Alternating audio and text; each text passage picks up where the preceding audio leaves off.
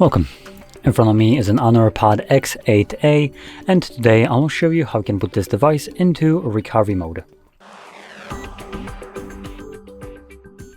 So to get started, you want to hold your power button and ignore if Google or Gemini shows up, just keep on holding. From here, select power off.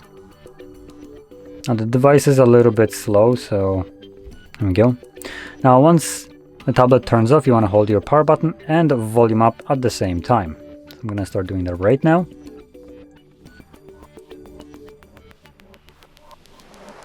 Now when you see the HONOR logo, you can let go of the power button, but keep holding volume up till recovery mode shows up. And as you can see, once you have recovery mode open, in here you can just simply tap on each option that you want to interact with. So we have restart, which takes us back to Android. Under clear data, we have two options: factory reset and wipe cache partition. And we have update mode and safe mode. Anyway, I'm gonna just click on reboot just so I can get back to Android.